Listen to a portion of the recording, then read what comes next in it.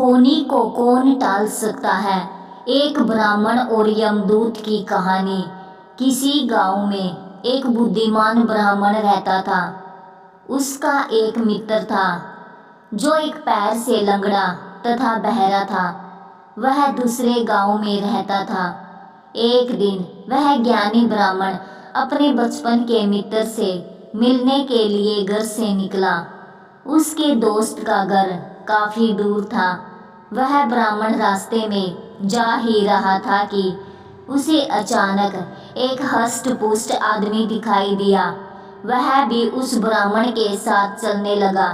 तो वह ब्राह्मण उस मनुष्य का नाम पूछता है तो वह अपना नाम महाकाल बताता है। वह ब्राह्मण भी सोचने लगा कि मुझे भी काफी लंबा जाना है, चलो एक साथी मिल गया जिसे रास्ता आसानी से कट जाएगा।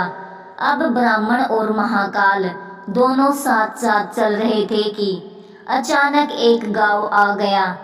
तब महाकाल ने उस ब्राह्मण से कहा कि तुम चलो और मुझे इस गांव में थोड़ा काम है, मैं अभी आ रहा हूँ। थोड़ी ही देर में उसी गांव में एक भैंस ने एक आदमी को लात मार दी। तब तक महाकाल उस ब्राह्मण के पास आ गया और बोला चलो। फिर वह ब्राह्मण उस महाकाल के साथ चलने लगा। थोड़ी दूर जाने पर फिर एक गांव आया तो महाकाल उस ब्राह्मण से बोला कि मुझे इस गांव में थोड़ा काम है, मैं अभी आ रहा हूँ। थोड़ी ही देर में उस गांव में आग लग गई। वह ब्राह्मण सोचने लगा कि यह आदमी जहाँ जहाँ जाता है तो वहाँ पर कोई ना कोई घटना जरूर घटती है। अतः उस ब्राह्मण ने महाकाल से पूछा कि भाई तुम कौन हो।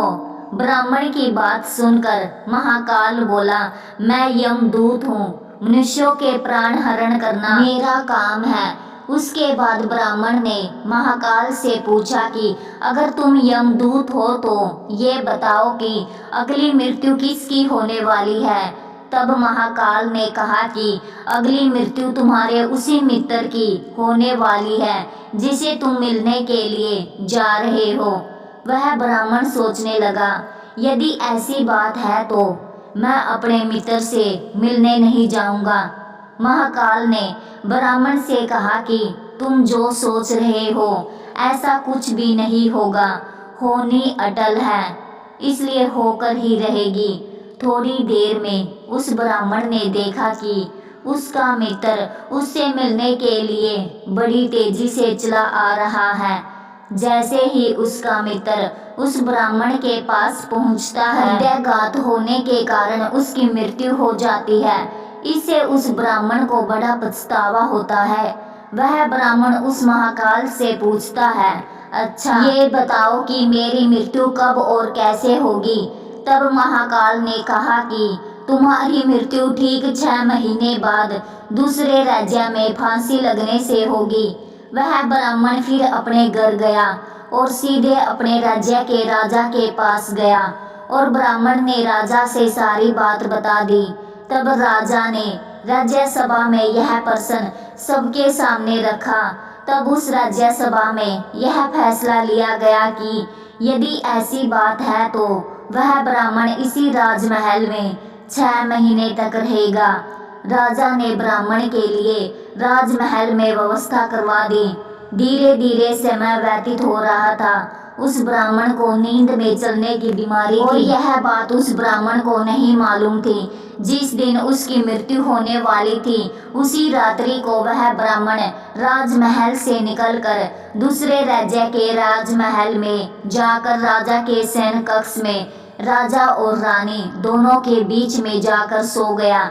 सुबह जब राजा उठा तो उस ब्राह्मण को अपने शयन कक्ष में देखकर बहुत क्रोधित हुआ और उस ब्राह्मण को फांसी की सजा सुना दी।